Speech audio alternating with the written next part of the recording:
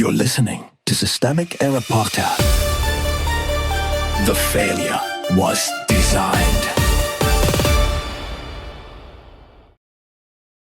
How dare you? Furious army of The View fans flood Trump admin with public backlash, based on an article by Nicole Charkichami.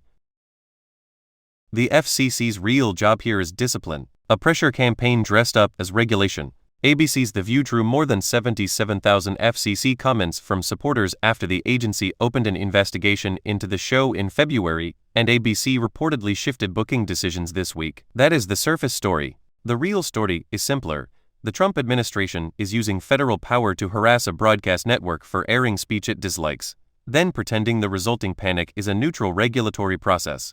Power sits with the regulator, not the audience. The people filing comments are not the institutional threat here. They are reacting to one. The actual power belongs to the FCC, the chair, and the administration backing them. Brendan Carr's agency can open probes, create legal risk, and force media companies to spend time, money, and oxygen defending themselves. That is not passive oversight. It is coercive leverage. The source text gets this right in fragments, then blurs it by treating the conflict as a noisy dispute over taste. It is not a debate over whether viewers like The View. It is a test of whether the state can punish broadcasters for hosting women who speak openly on politics. The target is not just a show. The National Women's Law Center's point matters because it names the pattern. The attack lands on women hosts, women reporters, and women audiences. Trump's public contempt for women in the press is not background color, it is part of the operating method. If you want to understand why The View is in the crosshairs, stop pretending this is about impartial standards and look at who gets singled out for speaking too much, too loudly,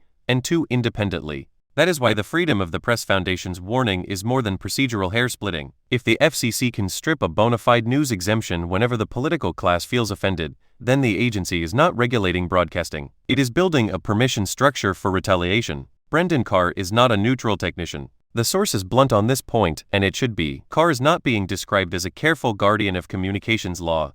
He is being described as someone who wagered his integrity on proximity to Trump. That is the correct frame. Regulatory power does not become innocent because it is delivered through a suit and a law license. When a chair aligns an agency with a president's vendetta, the bureaucracy becomes an instrument of intimidation with legal stationery. And the result is predictable. Networks do not need to be formally censored to be disciplined. They only need to be made to believe that speaking freely will generate more investigations, more legal friction, and more political pain. The bigger pattern is censorship by administrative drag. This is how authoritarian politics often works in the United States before it fully announces itself. Not with one dramatic ban, but with repeated administrative pressure, selective enforcement, and enough official hostility to make broadcasters self-edit. The source notes that previous administrations followed the Communications Act's limits on censorship. The current one, according to the quoted advocacy groups, has chosen not to. That choice matters. It reveals intent. The point is not public accountability. The point is to use the commission to burden disfavored broadcasters until the exercise of editorial judgment becomes too costly to defend. The lesson: the story is not that viewers are passionate about a daytime show. The story is that the Trump administration and its regulators are using federal authority to chill speech they cannot control, and media institutions are already adapting under pressure. That is the pattern.